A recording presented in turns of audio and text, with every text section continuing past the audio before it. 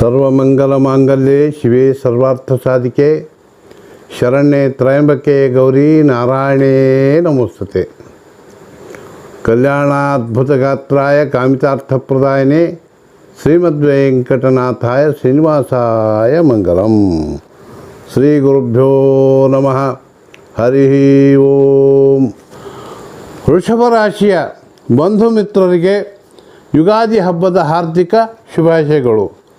ನಿಮಗೆ ಇಡೀ ವರ್ಷ ಸಂಪೂರ್ಣ ರಾಜಯೋಗ ಇದೆ ಅಂತಲೇ ಹೇಳಬಹುದು. ಏಕೆಂದರೆ ದಿನಾಂಕ 29/3/2025 ಯುಗಾದಿಯ ಹಬ್ಬದ ಅಮಾವಾಸ್ಯೆಯಂದೇ ಶನಿ ಮಹಾತ್ಮರು ನಿಮ್ಮ ಒಂದು 10ನೇ ಸ್ಥಾನದಿಂದ 11ನೇ ಸ್ಥಾನ ಲಾಭಸ್ಥಾನವಾದಂತಹ ಒಂದು ಮೀನರಾಶಿಗೆ ಪ್ರವೇಶ ಮಾಡಿದ್ರಿಂದ ನಿಮಗೆ ಎಲ್ಲ ರೀತಿಯ ಒಂದು ಕಂಟಕಗಳು ದೂರವಾಗುತ್ತದೆ. ವಿದ್ಯೆಯಲ್ಲಿ, ಉದ್ಯೋಗದಲ್ಲಿ ಸಾಕಷ್ಟು ಧನಲಾಭ. ನಿಮ್ಮ ಪ್ರತಿಯೊಂದು ಕೆಲಸ ಕಾರ್ಯಗಳು, ಭೂಮಿ ಮನೆ ಎಲ್ಲ ವ್ಯಾಜ್ಯಗಳು ಕೂಡ ಏನಾದರೂ ಇದ್ದರೆ ಅವು ಮುಕ್ತಾಯ ಆಗ್ತವೆ. ನಿಮಗೆ ಏನೇನು ಬೇಕು ಎಲ್ಲವನ್ನು ಶನಿ ಮಹಾತ್ಮರು ಇನ್ನೂ 2.5 ವರ್ಷಗಳ ಕಾಲ ನಿಮಗೆ ದಯಮಾಡಿಸ್ತಾರೆ.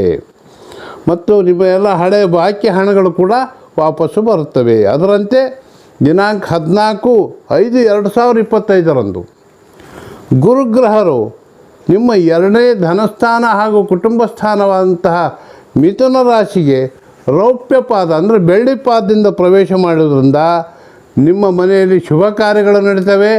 ಸಾಕಷ್ಟು ಧನಸ್ಥಾನದಲ್ಲೇ ಗುರುವಿರೋದ್ರಿಂದ ನಿಮ್ಮ ಎಲ್ಲ ವ್ಯಾಪಾರ, ಉದ್ಯೋಗ, ಎಲ್ಲ ವ್ಯವಸಾಯ ಕಾರ್ಯಗಳಲ್ಲಿ ಕೂಡ ನಿಮಗೆ ಸಾಕಷ್ಟು ಧನಲಾಭ, ಐಶ್ವರ್ಯಗಳು ಪ್ರಾಪ್ತಿಯಾಗುತ್ತವೆ.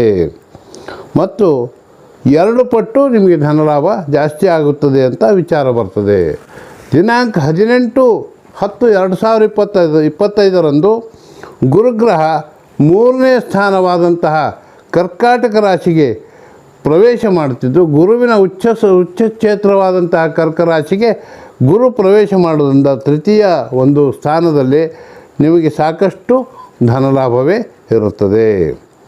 ಇನ್ನು ದಿನಾಂಕ 5/12/2025 ಅಂದರೆ ಡಿಸೆಂಬರ್ 2025 5ನೇ ತಾರೀಕಿನಂದು ಗುರುಗ್ರಹ ಪುನಃ ವಕ್ರಿಯಾಗಿ ಮತ್ತೆ ಧನಸ್ಥಾನ ಹಾಗೂ ಕುಟುಂಬ ಸ್ಥಾನವಾದಂತಹ ಮಿಥುನ ರಾಶಿಗೆ ಮತ್ತೆ ಬಂದು ಇಡೀ ವರ್ಷ ನಿಮಗೆ ಸಾಕಷ್ಟು ಧನಲಾಭ, ಮನೆಯಲ್ಲಿ ಶುಭ ಕಾರ್ಯಾದಿಗಳು, ನೀವು ಏನೇನು ಅಂದ್ಕೊಂಡಿರಿ ಎಲ್ಲ ಕೆಲಸ ಕಾರ್ಯಗಳು ನೆರವೇರ್ತವೆ. ಹೀಗಾಗಿ ನಿಮಗೆ ಇನ್ನು ರಾಹು ಮತ್ತು ಕೇತುಗಳು ದಿನಾಂಕ 19/5/2025 ರಾಹು ಮೀನರಾಶಿಯಲ್ಲಿದ್ದಂತಹ ರಾಹು 10ನೇ ಸ್ಥಾನವಾದ ಕುಂಭರಾಶಿಗೂ ಹಾಗೂ ಒಂದು ಕನ್ಯಾ ರಾಶಿಯಲ್ಲಿರುವಂತಹ ಕೇತು ಮತ್ತು ಸಿಂಹರಾಶಿಗೂ ಅಪ್ರದಕ್ಷಿಣಾಕಾರವಾಗಿ ಬಂದು ನಿಮಗೆ ಸಾಕಷ್ಟು ಆಧ್ಯಾತ್ಮ ಶಕ್ತಿಯನ್ನು ನೀಡುತ್ತಾರೆ, ಸಾಕಷ್ಟು ಸುಫಲಗಳನ್ನು ನೀಡುತ್ತಾರೆ.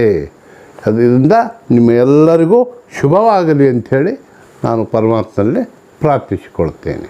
ಸರ್ವೇ ಜನಾಃ ಸುಖಿನೋ ಭವಂತು, ಸಮಸ್ತ ಸನ್ಮಂಗಲಾನಿ ಭವ.